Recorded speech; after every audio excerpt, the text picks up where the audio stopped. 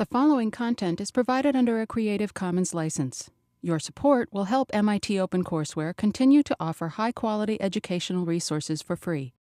To make a donation or to view additional materials from hundreds of MIT courses, visit MIT OpenCourseware at ocw.mit.edu.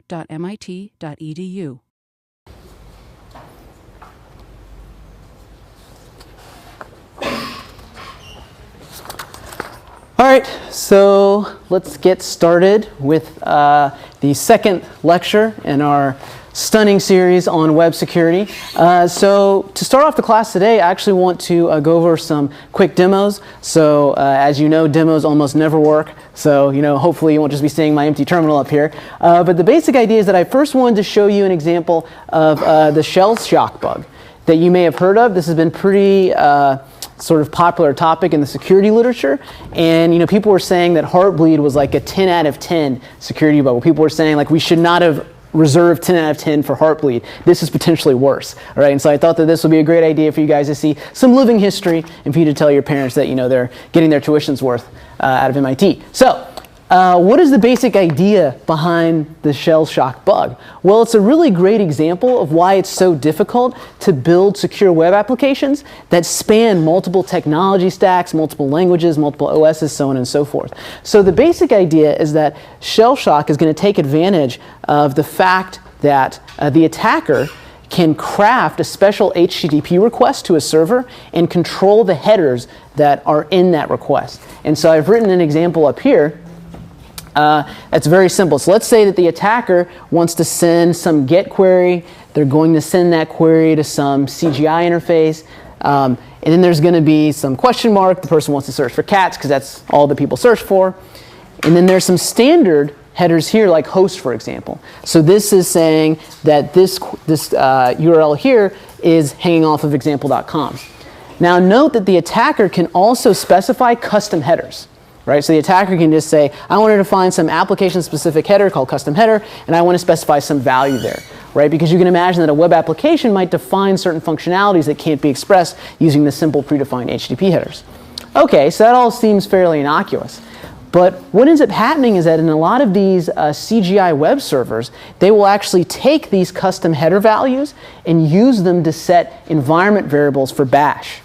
Okay? So they will use this header to create a bash variable named custom header. Then they will take this value here that the attacker has supplied and use that to be the value of that bash variable, right? And then once that variable is set up, then the CGI server will do some processing in the context of that environment, right? So this is clearly bad. You can probably see where this is going.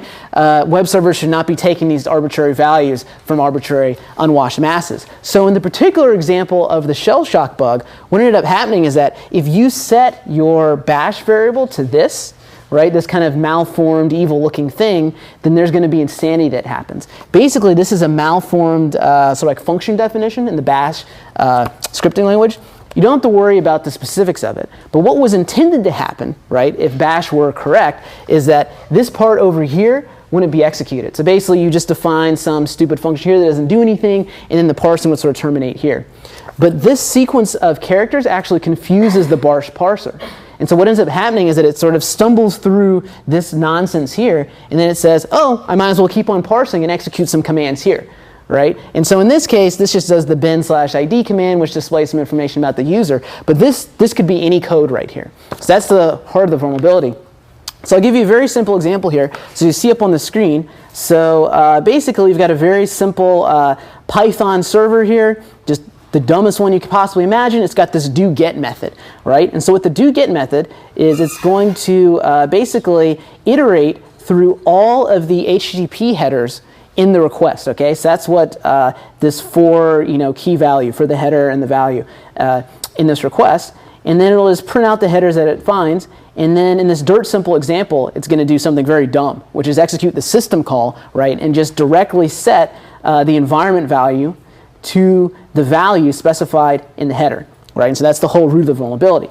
So if I come over here and I start my victim web server, okay, so it's now ready to accept requests. And then I can write my special shell shock client like so. And this is actually pretty dirt simple, right? So here I just define one of these malformed strings, right? So I have these kind of janky characters at the beginning, and then I know that everything after this is essentially going to be executed on my behalf on the server side. So in this case, I picked something that was actually pretty innocuous. Just says echo, I own your machine. But this could be anything here, right? You could start another bash shell, kind of like I do here, and then echo, attacker command. Where in the real world, that could actually be something very dangerous. So then I set the headers and my custom request. And then I just use Python to create an HTTP connection and just send it to the server. So what ends up happening? So I execute my Shellshock client here. So it's saying that I had a 404 here because it doesn't matter what file I requested, right? So I just put in some index.html that doesn't exist. But if we look over here, this is the output for the server, right? And so what you see is that you have this output, I own your machine, and attacker command, right? And that's because as the server got that header, it set the bash variable, it set it with this weird thing here, and as a result, an attacker control command got to run. So does that all make sense? So does this happen like if the program is running under that? Do you have to invoke? I'm just a little unclear on Yeah, so the specifics of how the attack works actually depends on are you running Apache, or what exactly your web server looks like. So in this example, it's a little bit contrived because I actually called os.system, explicitly spawned off another bash shell, set the environment variable in there, and then we were ready to go. But you can imagine that if you were spawning off a different process for each incoming connection, you could set the environment variable for that directly if that guy was living inside of a bash environment. So if you go back to your web server code, it seems that you have a much worse vulnerability than the Shellshock because you're calling the OS system, and I can execute a command just by setting the custom header to something malicious. I don't have to use the Shellshock back. That's correct. That's correct, yeah. So in this particular web server, which was something I wrote just for sort of teaching value, this thing you shouldn't trust for anything. But the Shellshock exploit was on assigning something malicious to an environment variable with using setenv or something like that. Oh, yeah. So that gets back to his question. That's right. So if you had, let's say Apache up here, right? Apache is a little bit tricky to sort of configure in a way that's obviously what's going on, but you're exactly right. So Apache would call setenv, right? Which is another way that you can directly set the environment value for whatever particular server-side process you have, right? But you also actually have some servers like this that you can imagine that they actually do a spawn of a separate process and do something very morally equivalent to this, right? But you're exactly right that the way that Apache in particular was violated was the way that you described. So does it all make sense? Okay, so that's sort of a quick and dirty example of Shellshock stuff. And so another example I wanted to give you was an example of cross-site scripting. Right, and so the Shellshock bug was sort of an example of how content sanitization is very important. Right, so as we've just been discussing, you shouldn't just take inputs from an arbitrary person and then use them directly in commands of any type. Right, and so cross-site scripting attacks are another example of how something can go wrong. So in this example, I have another sort of dumb CGI server here. And if we look at this CGI server, so what is it going to do? So once again, I've written something very simple in Python. This is going to be the handler that executes when a request comes in from the client. And so essentially what happens is that up here, I'm going to print some headers for the response, right? So I'm going to say my response is going to be of type text HTML. This line here will actually explain in a second, right? So as it turns out, browsers have some security mechanisms to try to prevent the attack that I'm about to show you, right? So I put that header line in there to turn some of those protections off, right? And then what the CGI script does is it gets access to all of the fields in the CGI request. So imagine that everything in a query string after this question mark, like these header and value things, that's what goes into that form example there. And so what the CGI script does is something very simple. It just directly prints the value of something that was passed from the attacker, right? So same basic idea. This is a bad idea because this print statement here, it's printing directly into the HTML itself. So what can happen is as follows. So let's say that I have a bunch of queries I want to run. So in this first query here, I'm just setting the message value to hello. So if I go over here and I run that page, well, then you'll see that this hello shows up, right? Because once again, the server was taking directly what I passed to it, and it prints hello, right? So no big surprises there. Now let's say I realize that I can actually pass arbitrary HTML in there. So now I actually try to embed some styling in there, right? So I say to h1 and then hello, then slash h1. So that worked, right? Because once again, we're printing directly into the page.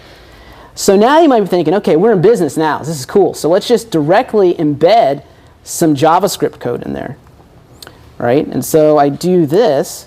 And here I've actually just put in for the message, I put script, and then I want to just alert XSS, and then script. So now that's interesting. So it seems like something didn't quite work. So I don't see any output. I didn't see the alert either. And if I actually look at the output for the web server, then what I see is that here, the web server itself didn't actually get that trailing script tag. So it seems like the browser itself has somehow detected something evil, even though I tried to disable the XSX filter.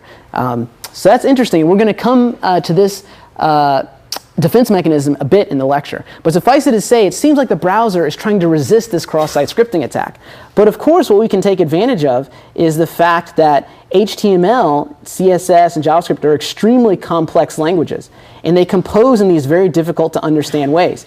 So here, this is what I'm setting my attack string to here. This is malformed URL. I'm saying image, and then 3 quotation marks in a row, and then a script tag. Like, this shouldn't actually parse, right? But what's going to end up happening is that the browser is going to get confused here. So its built-in cross-site scripting detection actually fails here, right? And so what ends up happening is that now you see the alert. Okay, and what's interesting is that if you actually look at the contents of the page now, it's kind of messed up, right? Like, where did this quotation mark and brace come in? You know, if we do a Control U, we can see that, you know, this does not make the browser happy in some way, right? That's a little bit unclear. But it doesn't matter if we're the attacker, right? We saw that alert, right? That means that our code got to run. And from the perspective of the attacker, who cares that the page is messed up now? Because I could have used that code to steal the cookie or things like that. So does that all make, yeah? What's the cross-site aspect? So the cross-site aspect is that if the attacker can convince the user to go to a URL like this, right, then the attacker is the one who's specifying that stuff in the message, right? It's the attacker who's specifying the alert XSS or something like that, right? And so essentially what's happening is that the victim page is executing code on behalf of someone that is not that page. Can you explain exactly what the browser rules are for sanitizing like the unscript tag? Yeah, so we'll get to that in a second. Yeah, so we'll get to that in a second. Okay, so that is all for story time. And let's see here. So I guess I can turn this guy off. And then maybe he will, this guy here. This guy here. Okay. There you go. All right, 8 times the charm. Okay, thanks. Okay, so yeah, so those are just 2 quick demos to sort of show you the sort of filthy and dirty world that we live in right now. So why is cross-site scripting so prevalent? Why are these problems such a big deal? Well, the reason is that websites are increasingly more and more dynamic, and they want to incorporate user content a lot of times, or they want to incorporate content from other domains, right? So think about the comment section on a news article, right? Those comments come from untrusted folks, from the user. So somehow these sites have to figure out what are the rules for composing those types of things. And also know that websites might host, user-submitted documents. So think like Google Docs or Office 365, for example. Those documents all come from untrusted folks, but somehow they have to live, with each other and with the larger infrastructure from Google or from Microsoft or whatnot. So, what are some of the cross-site scripting defenses we can use? This kind of gets to your question, right? So we'll actually look at some of those now.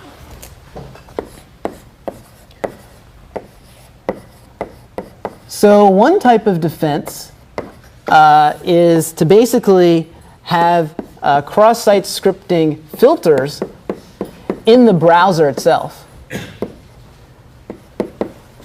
right? And so these filters will essentially try to detect when there's a potential cross-site scripting attack, right? And so we actually saw one of those filters in action, and I think that was the 3rd example that we looked at. So, if you have some website, or some URL, that looks like this,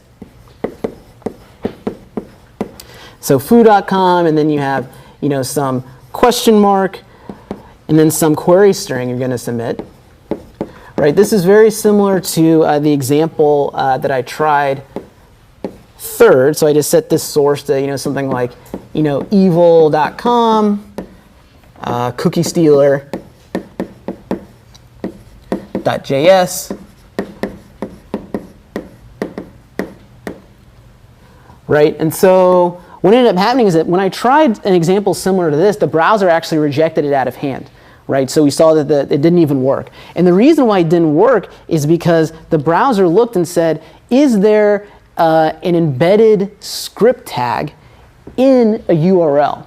Right, so basically it's a very simple heuristic for figuring out if something evil has probably gone on. Right, because no legitimate developer or no developer that's sane should be doing stuff like this, right? So there's actually these configuration options in your browser you can use to turn these things on and off. Occasionally this is useful for testing if you just want to inject some JavaScript really quick and dirty, but this is almost always a sign of chicanery. So for example, Chrome and IE have a built-in filter that will look at your URL value in the address bar, look for sort of things like this, and if it's there, they will do things like maybe delete this whole thing completely. They will maybe change the source to be empty, stuff like that. And so essentially, to get to your question, there's a bunch of heuristics that sort of the browsers have to identify things like this. And if you look at the OWASP site, they actually collect examples of heuristics you can use to detect cross-site scripting, as well as tricks you can use to bypass those filters. Right? So it's very funny. So the first thing I wanted to do for the demo is do something like this, and it didn't work. So then I went to the OWASP cheat sheet. I looked at like the third thing they suggested, and the third thing they suggested worked, right? Which was that sort of broken image syntax type stuff, right? So the basic problem with just relying on this is that, like I said, there's a lot of different ways to force the CSS and HTML parsers to mal-parse something, right? So these things are sort of not complete solutions. They don't have perfect coverage. Shouldn't this just be like deleted from browsers, because it seems like it's like not the browser's job to do this? It's not the browser's job to sanitize this kind of stuff? I mean, you can imagine sort of having the browser sit atop a proxy, for example, and maybe the proxy did sort of cleaning like this. I mean, intuitively, one reason why it might make sense to do it inside the browser is because so many of the legitimate parsing engines are inside the browser, right? So presumably if you're closer to where the actual parsing is being done, it's better. But you're right that in practice, you can imagine there being sort of like defense in layers, basically. I think what you might be saying is like it's the web developer's job, not like the client's job to sanitize. Well, but I mean that's kind of like saying, so in a certain sense we could say that about processes too in Unix or Windows, right? So we could say it's sort of developers' jobs to make sure that those things stay isolated. But in fact, the OS and the hardware as well has an important role to play because presumably it's trusted, whereas any two arbitrary programs written by any two arbitrary developers may or may not be trusted to sort of implement security correctly. But you're correct, and in fact, frameworks like Django or whatnot, they actually try to help you to get around some of these problems. So anyway, so filters are not a perfect solution, and also, filters can't prevent what's known as persistent cross-site scripting attacks.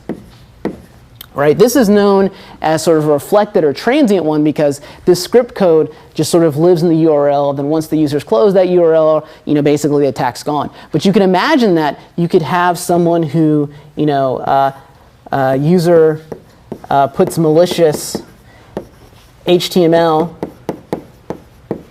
in the comment section for a website.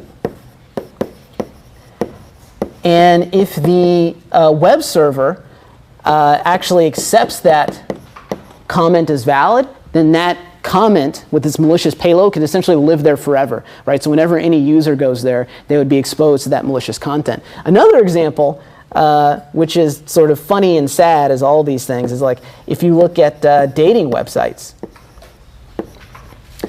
Right, so some dating websites actually allow users to put full-blown HTML in their profile. Right, so what does that mean? So when someone else is lonely, presumably they're looking, to find their the one true soul match, they go to your website, right? They're going to run HTML that you've crafted in the context of like their session. Right? And so that can also be a very damaging attack as well. And so just doing these kinds of filters don't protect against things like that. So for example, when a user puts something in the comments section, presumably he does that by setting like a post, the information goes to the server in a post variable or something like that? So there's a bunch of different ways you can imagine doing it. Yeah, so one way you can imagine doing it is it's a post. Another way you can imagine doing it is a dynamic XML HTTP request. Okay, but if it's like a post, why can't you just scan through it, do the same thing that you have in the Yes, so you're exactly correct about that. And we'll discuss some of that in a second. But you're exactly correct that the server side of the application should be very defensive and mistrustful of this stuff. So you're exactly right. So you can imagine that, when the server maybe saw something like this, it would perform some type of filtering on its side, even if the browser did not. You're correct about that. All right, so that's basically a survey of these cross-site filters in the browser. So another defense against cross-site scripting is something known as HTTP-only cookies. And so the basic idea behind this is that a server can actually tell the browser that client-side JavaScript should not be able to access a particular cookie, right? And so basically the server can just send a header value in the response. In the set cookie field, they can say, hey, don't let client-side JavaScript manipulate this cookie. So only the server can do this, right? And so this is only a partial defense, though, because the attacker can still issue requests that contain the user's cookie. So this was the cross-site request forgery that we looked at in last lecture. So even if JavaScript code can't manipulate cookies, the attacker can still do things like conjure up a URL to some e-commerce site, let's say buy.com. The attacker can put, whatever item the attacker wants to buy. So puts a Ferrari, for example, and then the attacker can then say, who should this go to? This should go to the attacker. And so even though client-side JavaScript can't access the cookie, there's nothing that prevents the attacker from just conjuring up a URL like this. This is what some of the CSRF tokens help to prevent against, which we'll talk about a little bit later. So another thing that you can try to do to prevent these cross-site scripting attacks is privilege separation. And so the idea here is basically that you want to use a separate domain for all the content that is untrusted. And so, for example, a lot of the online service providers for things like email or online productivity suites, so think like Google Docs, Office 365, so on and so forth, they actually use a separate domain to host user-submitted content, right? So Google, I think they still use this. They used to put all of the stuff that users submitted into some special domain called Google User Content.com. And so here they would put things like cached copies of pages, your Gmail attachments, and things like this.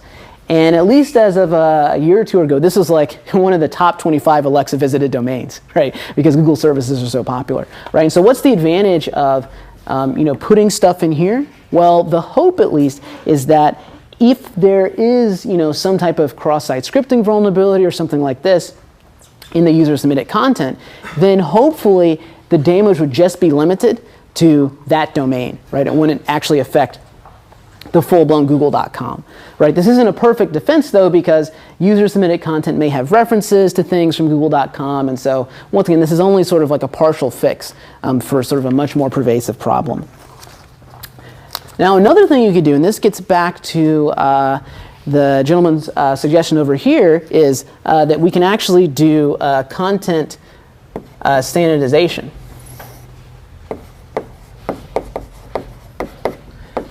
And so the idea here is that essentially whenever where you can be the browser, where you can be the web server, whatever, whenever you receive untrusted content, you don't trust it at all. And so you go through it and you do things to sort of render it sort of neutral, right? Such that it can't actually execute code or subvert your system in any way.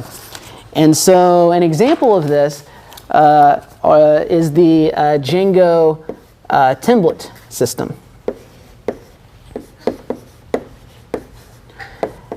And so Django is an example of a web framework. So basically, at a high level, a web framework is something that helps to automate and secure some of the sort of tedious tasks of developing a website. So it will help you with making database access easier. It'll help you with doing things like session management.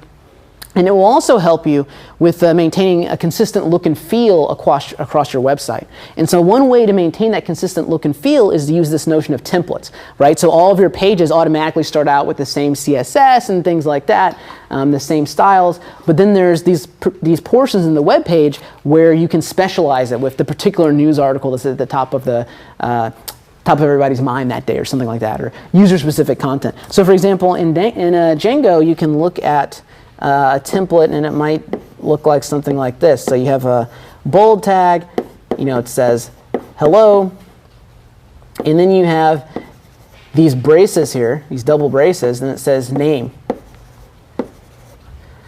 And so essentially what this means is that this is like a placeholder variable, right? So essentially these pages get dynamically generated. So when the user goes to a Django site, the Django server says, okay, well this name is going to be somewhere, who knows, in the cookie, maybe it's going to be in a CGI string, whatever. And so as the Django server dynamically generates the page to return to the user, it replaces this special reference here with whatever the value of this variable is. Right? So it's pretty straightforward. This is kind of like that dinky CGI server I showed you, right? So just reflecting user-submitted content right here.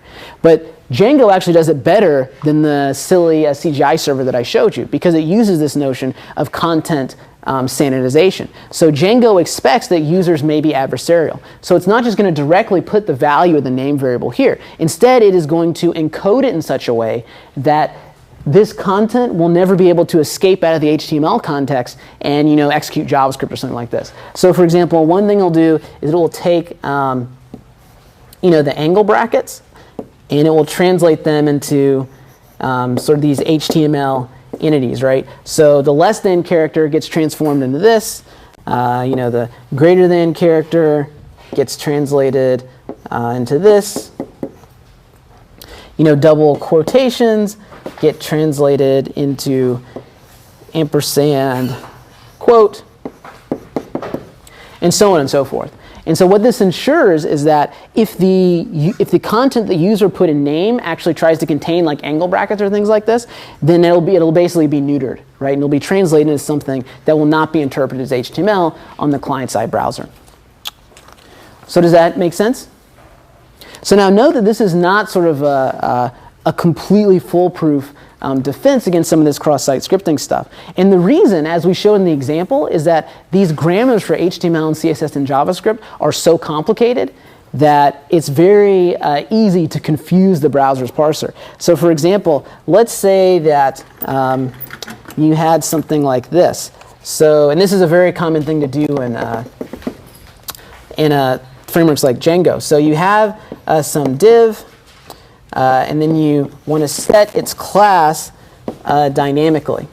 So you set its class to some var, so on and so forth. So the idea is that when Django processes this, it should figure out what the current styling is and then put it in here. Well, one thing you can do is, maybe the attacker supplies something like a string like this. So attacker will say class 1. Okay, so far so good, right? Because that seems like a valid CSS expression. But then the attacker will then try to put some JavaScript here. So I might say onClick equals, and then put JavaScript URL, and then put some function call here. So this is malformed, right? The browser should probably just do a fail stop here. But the problem is that if you've ever looked at the HTML for a real web page, all of it's broken, even for like legitimate benevolent sites. People just can't hack HTML. So if the browser were to be fail stop, literally no site that you enjoy would ever work, ever. If you ever want to be disappointed by the world, if I haven't helped you do that enough, open up your JavaScript console when you browse a website and see how many errors get spit out.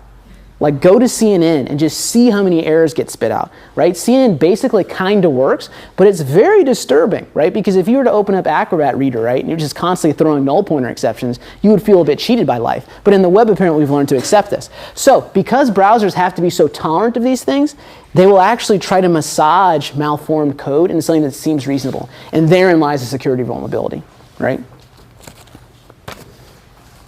So I guess the take-home point for this is that content sanitization kind of works, right? So it is literally better than nothing. It can actually catch a lot of cases, but in many cases, it is not sort of a full defense. And so one thing you might actually think about doing is, actually let's put this over here, is you might think about sort of using a less expressive markup language.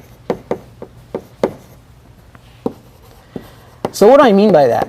So, HTML and CSS and JavaScript are Turing complete. They allow you to do all kinds of fun things, but yeah. Sorry about it. When does content sanitization not work? When does In many cases, it doesn't work. Oh yeah, so like in this case, for example, like Django will probably not be able to statically determine this is a bad thing, right? Like in this particular case, or like in the case where I inserted that malformed image tag, right? I basically said like, in that particular case, I would expect the class equals assignment to be in quotes, and then for that thing to not have any effect. So Django could enforce quotes on the class. well, see that there's a little bit of trickiness there, right? Because if we assumed that all pages were written, well, let me back up a little bit. If we assumed the HTML grammar was well specified and the CSS grammar was well specified, and so on and so forth, then you could imagine a world in which perfect parsers would be able to sort of catch these problems or somehow convert them to normal things, right? But in fact, the HTML grammars and the CSS grammars are not well specified.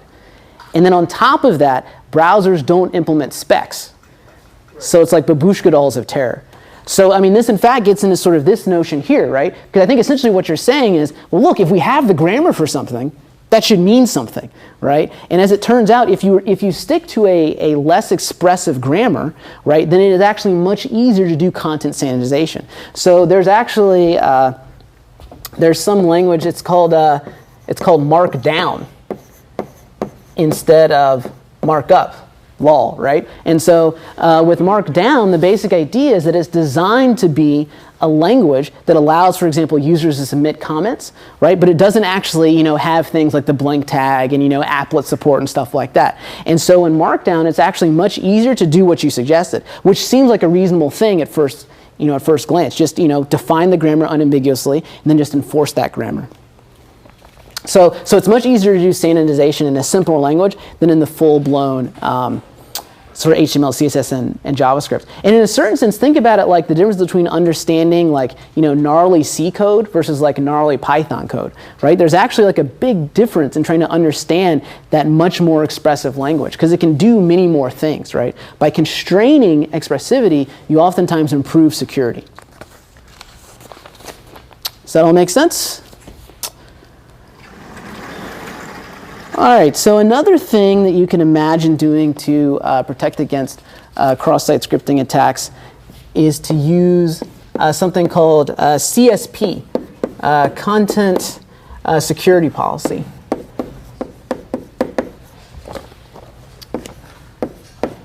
And so the idea behind CSP is that it's going to allow a web server to... I'm just curious about this Markdown language. Yeah.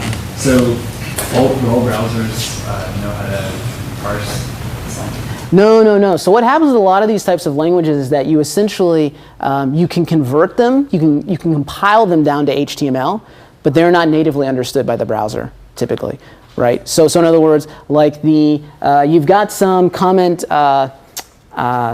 submission system, it internally expresses stuff in Markdown, but then before it can be rendered to the page, it essentially goes to the Markdown compiler. Right, the Markdown compiler then translates it to HTML. Thanks. Just as a useful point that Markdown might not be the best choice because Markdown allows inline HTML. So Markdown does allow inline HTML. As far as I know, there's a way to disable that in the compiler. I could be wrong about that, but I believe that there's like a flag you can pass to get rid of it. But you're correct that if you use a constrained language, but then you embed like an unconstrained language, then that, I mean, the terrorists have won. So you're right about that. Okay, yeah, so another thing you can do to improve security is this thing called content security policy. So like I was saying, what this allows the server to do is to tell a web browser what types of content can be loaded in the page it's sending back, and also where that content should come from, right? So, for example, in an HTTP response, the server might be able to say something like this. It include the content security policy header, and then it might say something like the default source is going to equal self, and it will also accept things from asterisks, mydomain.com. So what does this mean? So essentially, the server is saying, the content from this site should only come from whatever it is that the domain is for the particular page, right? And then any other subdomain from mydomain.com. So what that means basically is that, let's say if self was bound to foo.com, let's say. That's the origin of the server that's sending this thing back to the browser.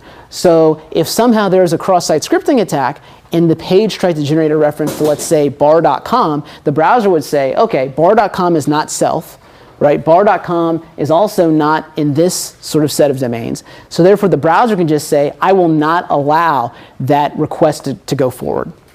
Right? So this is actually a pretty powerful mechanism, right? And you can actually specify more fine-grained controls here. You can say, my images should come from here, my script should come from here, so on and so forth. So this is actually pretty nice.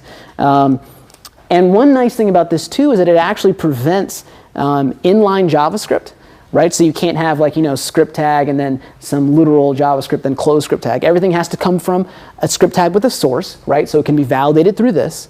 Right? And also, content security policy prevents these dangerous statements like eval.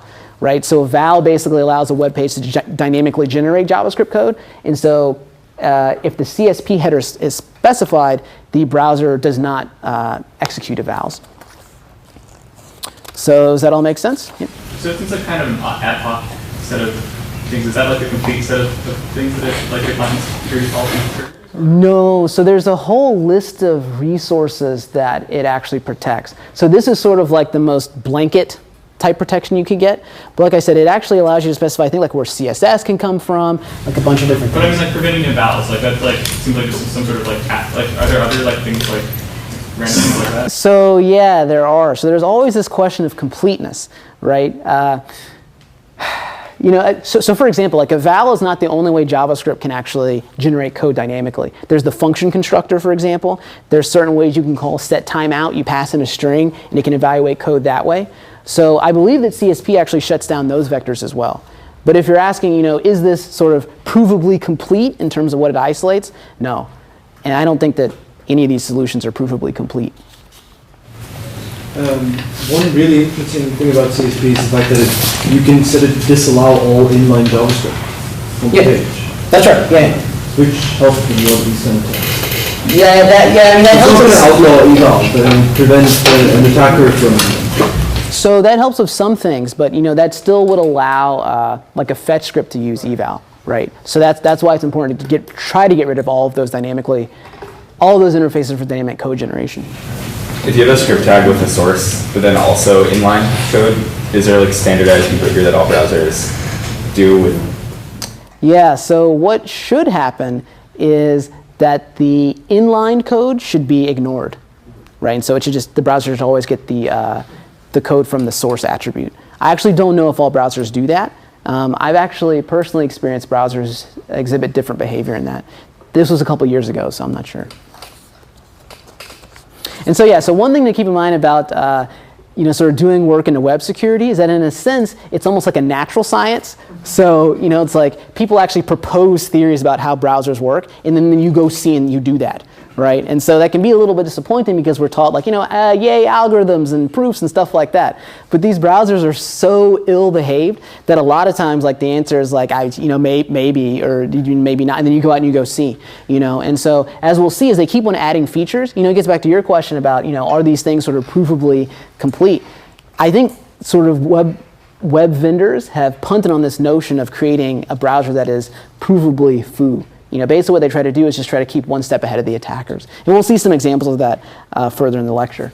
So CSP is actually pretty cool. Another thing that's useful is that the server can set this browser header, this HTTP header called X content type options, and then can say no sniff. And so what this means is that this prevents the browser from doing some of those quote-unquote helpful optimizations like we discussed last lecture, where it will say, aha, there's a mismatch between the file extension and the actual bytes that I've sniffed in the content. So let me somehow massage this content to some different thing, and then all of a sudden you've given the barbarians the keys to the kingdom. So you can set this header and basically say, browser, do not do that. And so that can be useful in mitigating some types of attacks as well. All right, so that's kind of a quick survey of some of these cross-site scripting vulnerabilities. So now let's look at another popular vector for attacks. And that vector is going to be SQL. And so you've probably heard of these SQL injection attacks. And so what these attacks do is they take advantage of the fact that on the back end for a lot of websites, there's some type of database, right? And so to dynamically construct the page that's shown to the user, there have to be some database queries that are issued to that back end server. So imagine that you had some query that looked like this. So you do select asterisk. So give me all the values from this query from some particular table where the user ID field is equal to something that is specified over the web from some potentially untrusted source. So at this point, I think we all know how this story ends. It ends very badly. There are no survivors. So basically, if this comes from someone untrusted, then you can do all kinds of chicanerous stuff here, right? So one thing you could do is, if you want to be a jerk, you could just set this to, the string 0 and then something like delete table. Right, so what happens here? So basically the database server is going to say, okay, I'll set the user ID to 0, semicolon, here's the start of a new command, delete table, okay, cheers, there goes your table, right, and you're done. And in fact, there was a viral image that went around a couple years ago. It's unclear if it's true, like many of these viral images, but it was that people in Germany had license plates that actually said 0, semicolon, delete table. Right, because the idea is that the security cameras, they would use OCR, optical character recognition, to figure out what your license plate was, and then put it in a SQL database, right? And so there are images floating around, these Volkswagens, people would have this as their license plate, right? People sometimes, I don't know if that works. It's funny, so I like to believe that it's true, but who knows? But you get the basic idea behind that. So once again, the idea is you want to be sure to sanitize this content that you're getting from these untrusted sources. And so note that there may be some sort of straightforward things that don't quite work. So you might think, okay, well then why can't I just put like another quote here, and then put another quote here, such that whatever it is that the attacker submits, it's going to be enclosed in a string.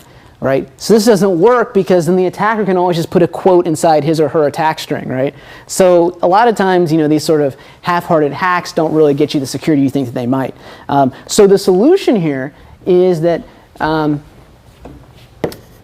you need to rigorously encode your data.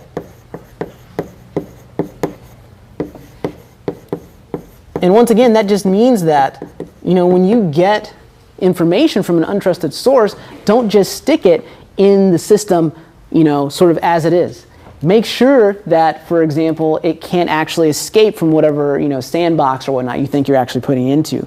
So for example, you want to put in escape functions, right, that like would prevent maybe the semicolon operator from showing up in raw form or things like this. And so a lot of these web frameworks like Django actually have built-in libraries to do things like character escaping for SQL queries to try to prevent some of this stuff. And a lot of these frameworks actually encourage developers not to ever directly interface with the database. So like Django itself will provide some higher level interface which does sanitization for you and takes care of some of these icky corner cases. But performance. Sometimes people think that these web frameworks are too slow. So you will still see on the back end a lot of time people will still make these raw SQL queries, and that can lead to problems. So you can also imagine that there are problems if the web server takes in path names from untrusted entities. So imagine that somewhere in your server you do something like this. So you have an open call, and then you say that you're going to read from the www directory, you're going to read from the images subdirectory in there, and then you're going to read from some file name that once again is supplied by the user. So as we saw in some of the discussion of like Troot and things like this, what if this file name maps to something like a bunch of instances of the ... character? Right? So if you're not careful, then the untrusted entity could specify, basically go up, then go down to etc password, and maybe be able to do some evil here. Right? So once again, you want to be able to use the web server or the web framework. You need to be able to, detect these dangerous characters, escape them in some way to prevent sort of those raw commands from executing. So I think that's all pretty straightforward. Okay, so let's move on from the discussion of content sanitization, and now let's talk a little bit about cookies. So cookies are a very popular way to do session management,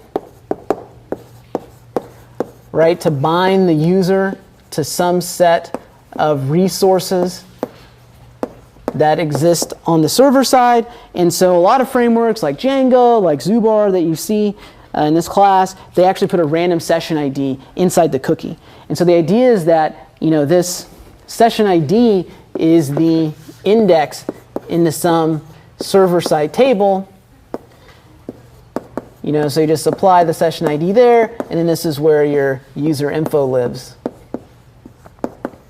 And so as a result, this session ID and cookies by extension are very sensitive entities, right? And so this is why a lot of attacks involve stealing of the cookie in order to get that session ID.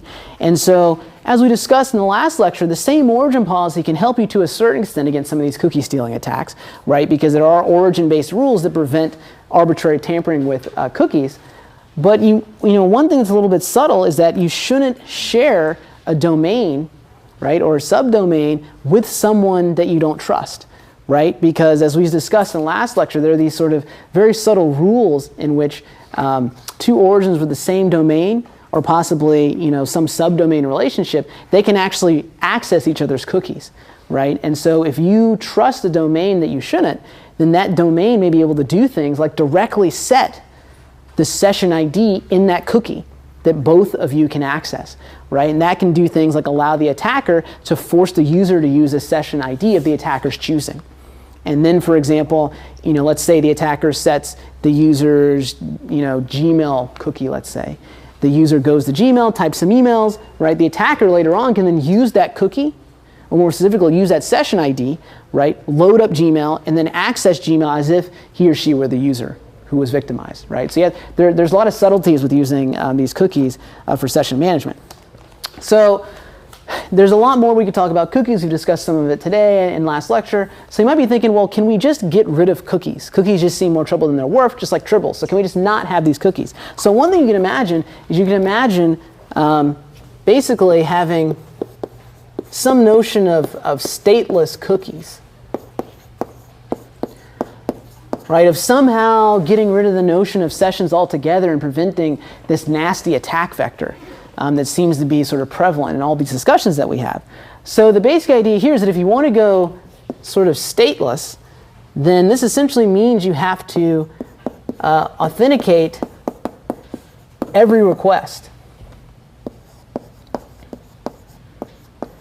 Right? Because the nice thing about cookies is that they basically follow you wherever you go. So you authenticate once, and then every subsequent request you make has this little token in it. But if you want to get rid of those things, well, then now you essentially have to have some proof of your authority in every request that you make. And so one way you can imagine doing this is by using something they call MACs, or message authentication codes. And so the basic way to think about one of these MACs, it's like a hash that takes in a key as well. So the method authentication code is the hash of some key and then some message. And so the basic idea is that the client, the user, right, and the server are going to share some secret key K. And so the client uses that key to sort of produce a signature over the message that it sends to the server, right? And then the server, who also knows the key, can then use this same function here to validate that the signature is correct. Okay, so let's look at a very specific example of how this works. So one real service that uses these types of stateless cookies is Amazon Web Services. So like S3, for example. And so basically Amazon, AWS, gives each user two things. Gives that user a secret key.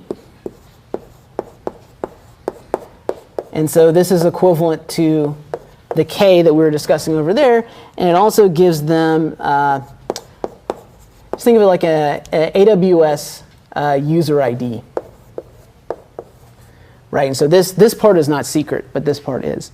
And so every time you want to send a request to AWS via HTTP, you have to send it in this special format. So you'll have the first line of the GET request. So you want to access some photos. No surprises here.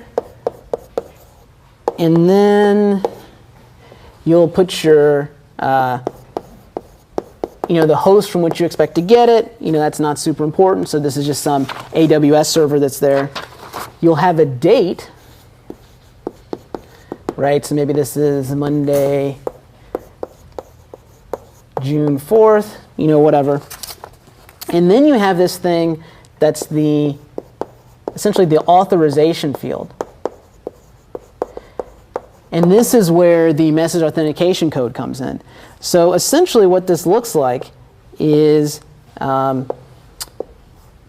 you've got some string here. This represents your access ID, or the user ID. And then you've got something here, some other seemingly random letters. And then these things are a signature that use this method authentication code here. So what does that signature look like? So the details are a little bit complicated, but basically this signature is over a string that encapsulates a bunch of details of this request. So essentially the string to sign looks something like this. So you put the HTTP verb in there.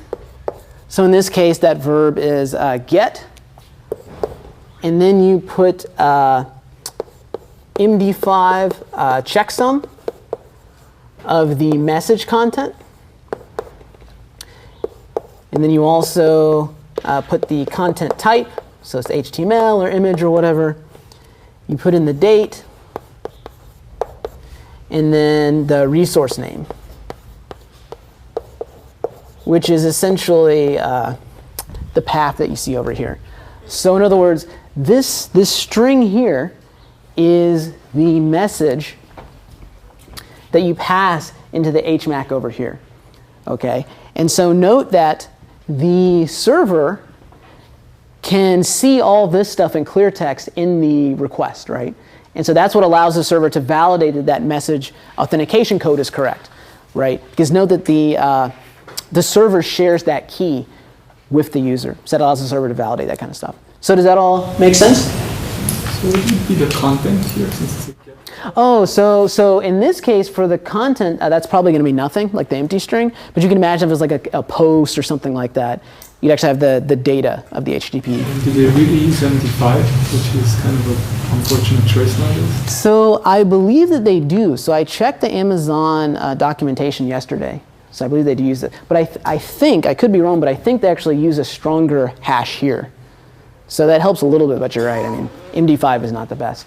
I didn't entirely follow how exactly you do that. This works. Okay, so allow me to help you, hopefully. So even though I'm the guy who confused you in the first place. So the basic idea is that we want to get rid of this notion of this persistent cookie that's always following the user around, right? Now the problem, though, is that the server needs some way to identify which client it's talking to, right? So what we're going to do is we're going to ensure that each client shares a unique key with the server, okay?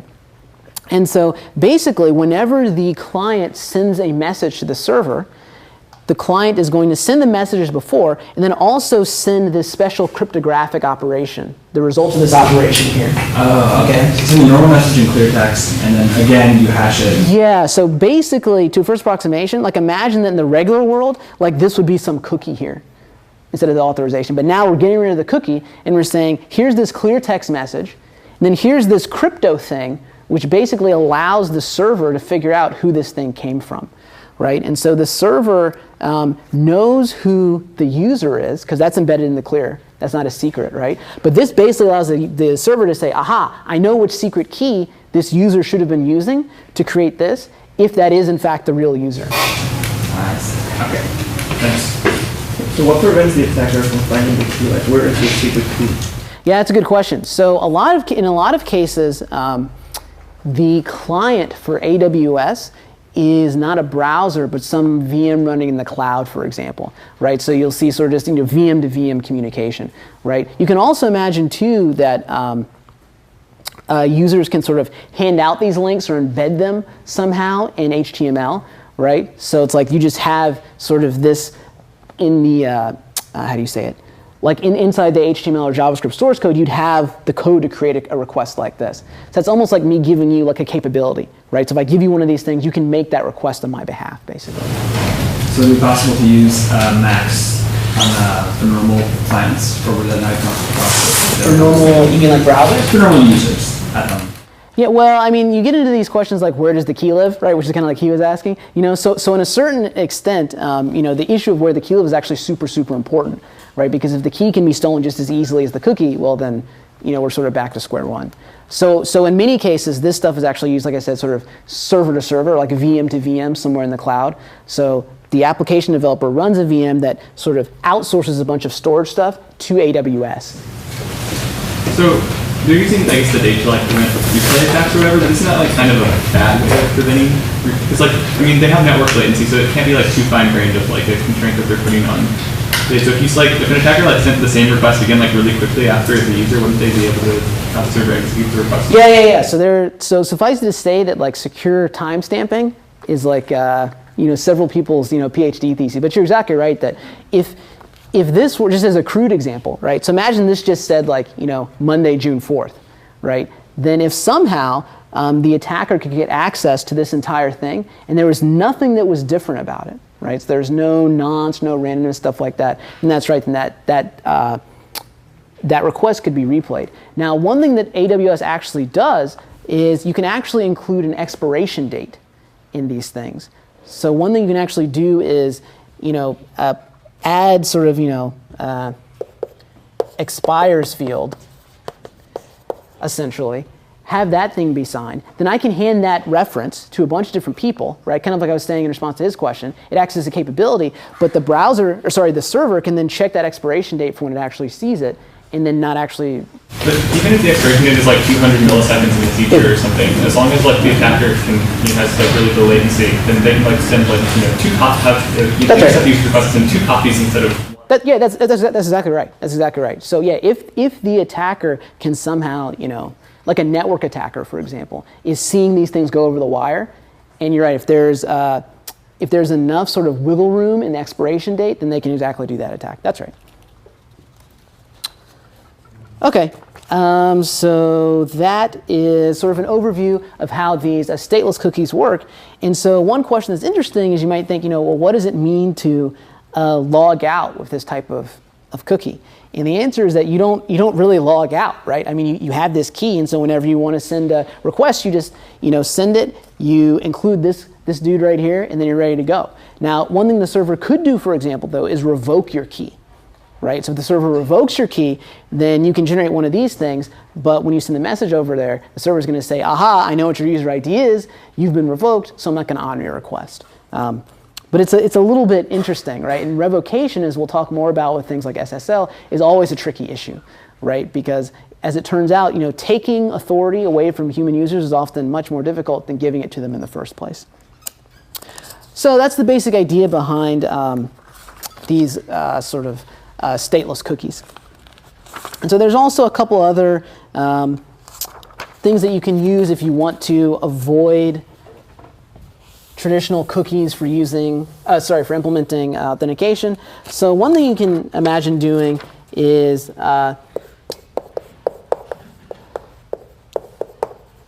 actually using DOM storage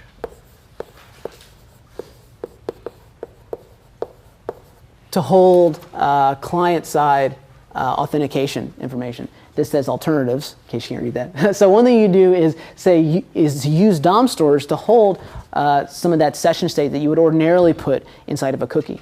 So if you remember from last lecture, DOM storage is essentially a key value interface that the browser provides to each origin, right? So you can just say get and put, and both the key and the value are strings, right? So you can imagine putting your authentication stuff inside there. Now, the nice thing about this is that DOM storage actually has much less wacky rules with respect to the same origin policy. So if you remember cookies, you can do all these tricks with like subdomains and stuff like that. It got kind of weird. DOM storage is actually strictly tied to a single origin. You can't do any of this subdomain expansion and all that kind of stuff. And so frameworks like Meteor use DOM storage for this very reason. But now note that if you want to store authentication information in DOM storage, then you have to write like JavaScript code yourself to actually pass that authentication information to the server, to do any crypto that's necessary, so on and so forth. So that's one thing you could do. Another thing that you could do is actually use client-side certificates. So for example, like in X509 format. And so what's nice about these certificates is that basically JavaScript has no explicit interface to access these things. So unlike cookies, where there's always this arms race to find these like weird same origin bugs, there's no explicit JavaScript interface for that stuff. So that's very nice from the security perspective. One problem that I mentioned very briefly that we'll look at in more detail in later lectures is that the revocation story is kind of hard for these. So once a user leaves your organization, how do you take back their certificates? It becomes a little bit tricky. Also, these things don't have great usability because who wants to install a bunch of certificates for each site that you go to, right? And so as a result, these things have a lot of friction, and these are not super popular except in companies or organizations that are super security conscious. All right, so that concludes our discussion of cookies. And so now let's talk about protocol vulnerabilities in the web stack.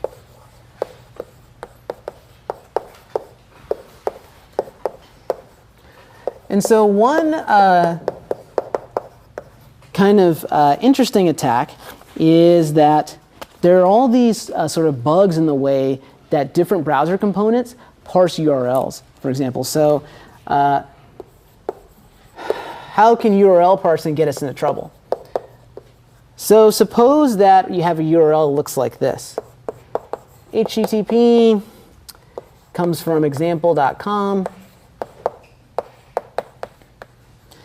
and then it's got an explicit port that specifies of 80, and then for some unknown reason it embeds this @ character here. So, the question is, well, what is the origin of this particular URL? So as it turns out, so Flash would say that the hostname portion of this was example.com. However, when the browser would parse this, it would say that the hostname part of the origin was actually foo.com. So this is clearly a bad thing, right? Because once you have two different entities who are confused about the origin of the same resource, then you can get into all kinds of nasty problems, right? So for example, the Flash code could be malicious, could download stuff from example.com. If it was embedded in a page from foo.com, it can then do some evil things there. Take some code from example.com and run it with the authority of foo.com. So there's a lot of complex parsing rules like that make life very difficult. This is a continuing theme, like as we just saw with the content standardization. So the basic idea is that it's oftentimes much better to have simpler parsing rules for this kind of stuff. It's difficult to do that in retrospect, though, because HTML is already out there. So all aboard the Wambulance. So this next one, this is actually my all-time favorite security vulnerability. So it basically attacks the way that the browser will run jar files, basically Java applets, right? So in 2007, I think, 2007, so lifehacker.com, great website if you haven't been to it. Lifehacker.com basically explains how you can embed zip files inside of images, okay? Now, it's not quite clear who you're trying to hide from by doing this, but Lifehacker says you can do it, so hooray. So basically, what they take advantage of is the fact that if you look at image formats, like GIF, for example, typically the way the parser works is the parser works from the top down, right? So it finds information in the header, and then it sort of computes on the rest of the bits here. Now, what was interesting is that, as it turns out, programs which manipulate zip files typically work from the bottom up. Okay, so they find some information in the footer of the file, then they work up to try to extract what's inside of it. So what Lifehacker basically said is that if you wanted to hide, a zip file on, a merger or something like this, then you could actually post a GIF there, right, that has the zip file here. It will pass all the validation checks, right, on Flickr or whatever, as an image. It will actually display as an image in your browser. Aha, but only you know the hidden truth, that if you take this file here, you can pass it to like unzip, and it will unzip. You will actually get information there, okay? Okay, fine. This seems like it's sort of like a cheap parlor trick. Okay, that's nice. Now, attackers, of course, never sleep, and they want to ruin our life. So what did they realize? They realized that jar files are basically derivatives of the .zip format, right? So this meant that you could actually create a GIF or an image that had a jar file, executable JavaScript code at the bottom of it.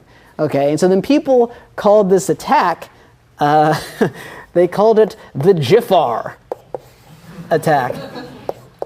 Half GIF, half jar, all evil, right? And so this was amazing. And so what did this mean that you could do? Well, it's actually quite subtle, right? Because people first discovered this, they thought it was amazing, but they didn't quite know how to exploit it, right? But as it turns out, you can do things like the following. So first of all, how do you make one of these things, right? You just use cat. There's literally no trickeration you have to do. Take this, you cat it, boom, you got a GIF jar, right?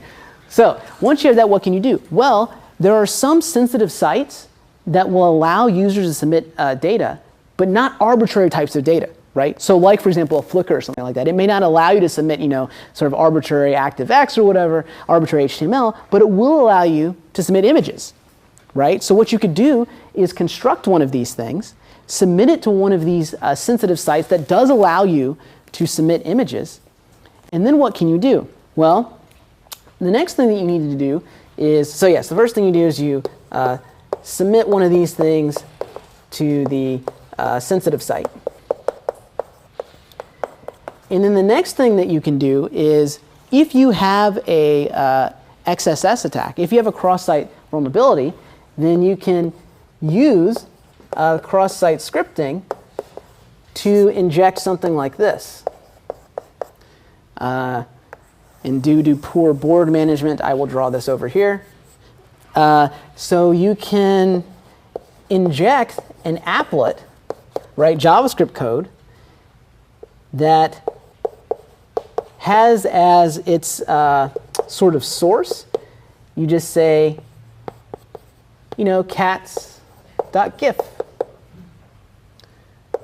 right? And so what's interesting about this is that, if we're in this code, because we're using a cross-site scripting vulnerability, runs in the context of the vulnerable site, right? This has been uploaded to the vulnerable site's origin, so this will pass the same origin test, right? But however, this code was specified by the attacker.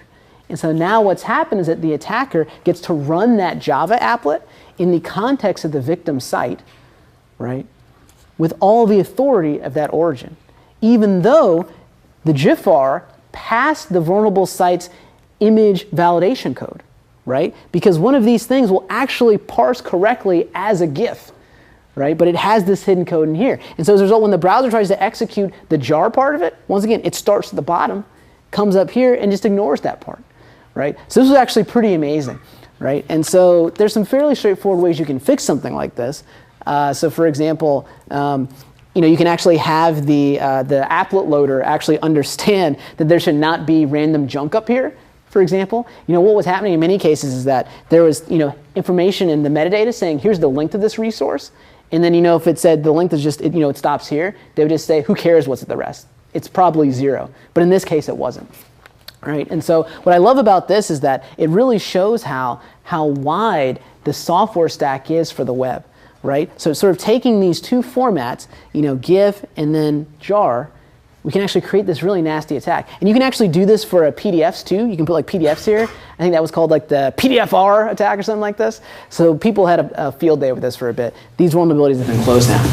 So what can you do with this attack that you can't do with either the XSS or your own malicious? So what's nice, it's a good question. So what's nice about this is that Java oftentimes can be more powerful than just running regular JavaScript, because it has slightly different rules on same origin policy and stuff like that. And sometimes you can get more lower level access to file systems or things like that. But you're right that if you can do cross-site scripting, running JavaScript's already pretty damaging. But the main advantage of this is, once again, running inside the applet. All right. Yeah, so like I said, that's my favorite attack of all time, mainly just because it forced serious-minded security individuals to say GIFAR all the time. So if you're easily amused like myself, then this was bonanza for you. So another thing that's interesting is that there are actually attacks that are based on time, right? So you might not think of time as a resource which could be a vector for attacks, but as I was discussing with someone a few minutes ago, time can actually be a way that a system can be exploited. And so these attacks are called, the particular attack I'm going to talk to you about is a specific example of a covert channel attack. And so the idea behind a covert channel attack is that essentially the attacker has found some way for two applications to exchange information, and that exchange vector is not sort of an officially sanctioned vector. The attacker is somehow leveraging some other part of the system to pass bits of information between two different entities. So a good example of some of this stuff is something called CSS based sniffing attacks. So what is this attack all about? So attacker has a website that the user can visit. And once again, getting a user to visit a website is actually usually pretty straightforward. You create ads, you send them a phishing email, whatever. So the attacker has a website that the user visits. And the goal of the attacker is to learn what other websites the user has visited. And so the attacker might want to know this for several reasons. Maybe they're trying to figure out what kinds of search terms the user's looking for. Maybe they're trying to figure out where that person's employed. Maybe they want to know if they've accessed some type of embarrassing material, so on and so forth.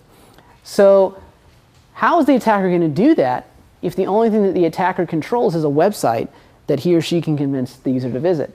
Well, the exploit is to leverage link colors, right? So like when you go to a web page and you click on a link, the next time you see that link, it is now a different color.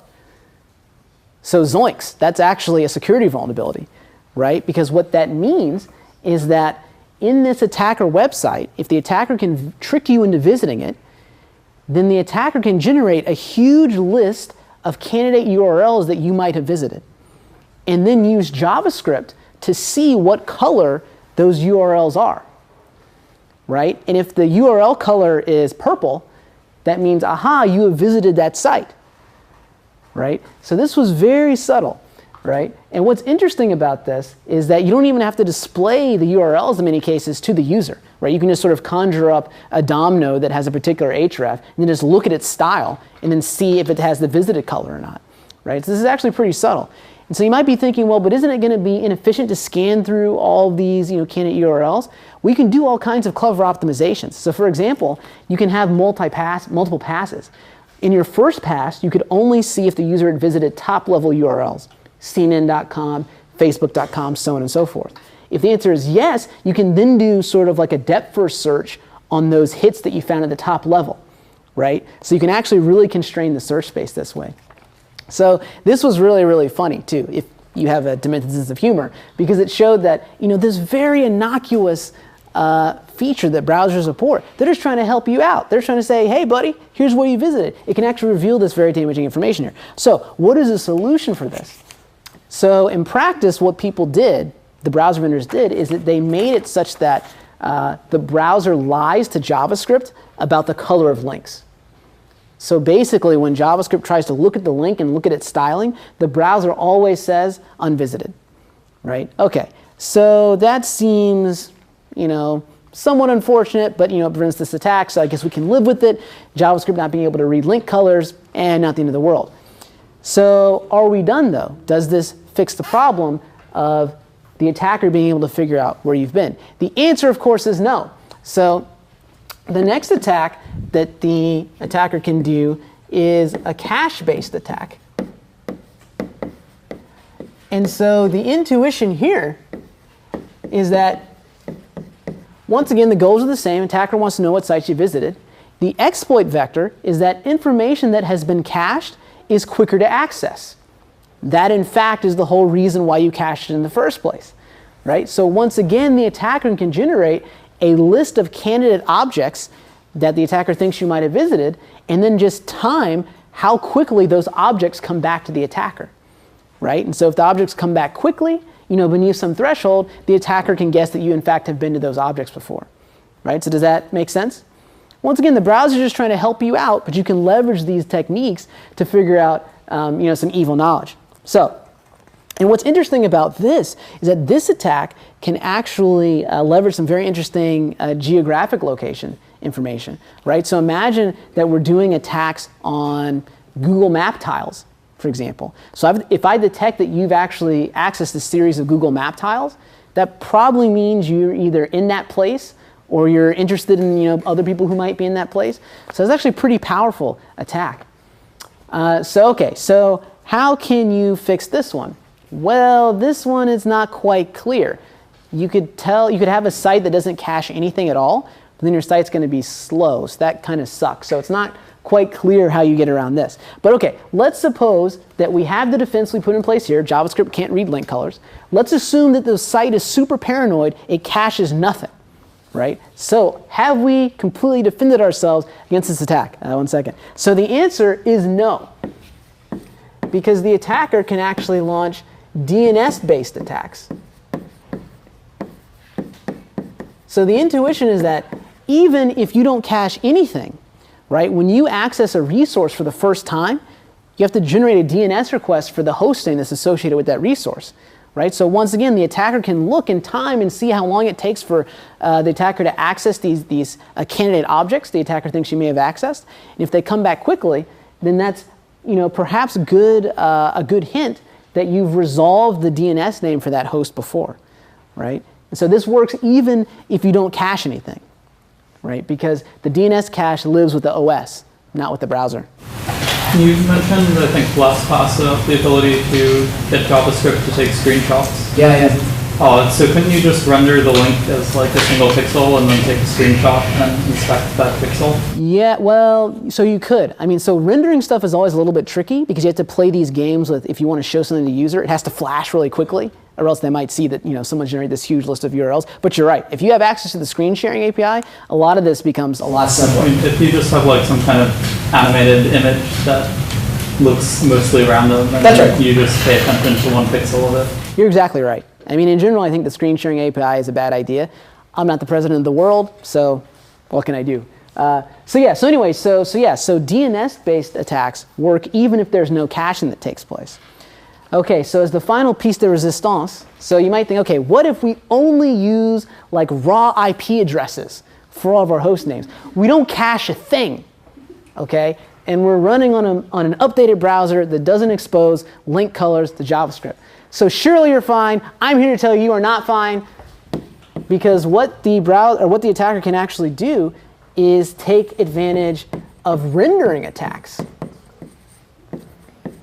So the basic idea here is that it is typically faster to render a URL that you have visited before for various wacky reasons that have to deal with how browsers implement the rendering engine internally, right? And so what the attacker can do is actually create a candidate iframe, let's say, put some content in there that the attacker thinks you may have visited, and then constantly see if the attacker loses access to that iframe, right? Because as that iframe is loading, the browser typically thinks that iframe belongs to the attacker's page. But then as soon as that different origin content comes in, then you'll start getting these access errors, because now that different origin content has arrived. And so now the attacker can't touch it anymore. So the attacker can do things like this still to see if there's cached rendering information somewhere in your browser for these candidate sites. So anyway, so those are the only hopes and dreams I want to crush from you today. I believe we're running out of time, but I will see you next time.